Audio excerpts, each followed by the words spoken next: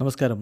Raf talk ഫുട്ബോളിലേക്ക് ഏവർക്കും സ്വാഗതം. ഇന്ന് കൊമ്പനാറ്റോ പൗലിസ്റ്റയുടെ ക്വാർട്ടർ ഫൈനൽ മത്സരത്തിൽ നെയ്മറുടെ സാൻഡോസ് ബ്രാഗൻറ്റീനോയെ 2-0 തോൽപ്പിക്കുമ്പോൾ നെയ്മറുടെ ഒരു കിടിലൻ ഫ്രീ കിക്ക് ഗോള്, രണ്ടാമത്തെ ഗോളിന് വഴിവെച്ചതും നെയ്മറുടെ കോർണർ കിക്കായിരുന്നു. പക്ഷേ കളിയുടെ അവസാന ഘട്ടമാവുമ്പോൾ നെയ്മർക്ക് പരിക്കിൻ്റെ ചില പ്രശ്നങ്ങൾ അദ്ദേഹത്തെ പിൻവലിക്കുന്നതാണ് നമ്മൾ കണ്ടത്.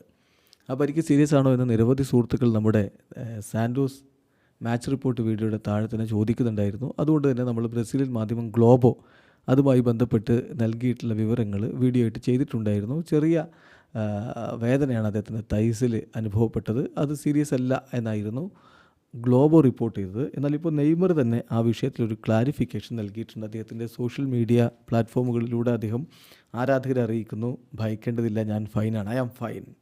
എനിക്കൊരു ചെറിയ ലിറ്റിൽ അൺകംഫർട്ടബിൾ ആയിട്ടൊരു ഫീലിംഗ് ഉണ്ടാവുകയാണ് ചെയ്തത്. അപ്പോൾ ഞാൻ സ്വയം പിൻവാങ്ങാൻ വേണ്ടി തീരുമാനിക്കുകയായിരുന്നു. സ്വയം റെസ്റ്റ് എടുക്കാം, ആ ഘട്ടത്തിൽ ഇനി കൂടുതൽ റിസ്ക് എടുക്കേണ്ട എന്ന് തീരുമാനിച്ച് ഞാൻ പിൻവാങ്ങിയതാണ്.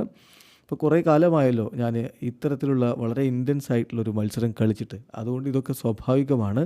ഞാനിപ്പോൾ വളരെ ഹാപ്പിയാണ്. എൻ്റെ ബെസ്റ്റ് ഫിസിക്കൽ ഫോമിലേക്ക് ഞാൻ തിരിച്ചെത്തിയിട്ടുണ്ട്.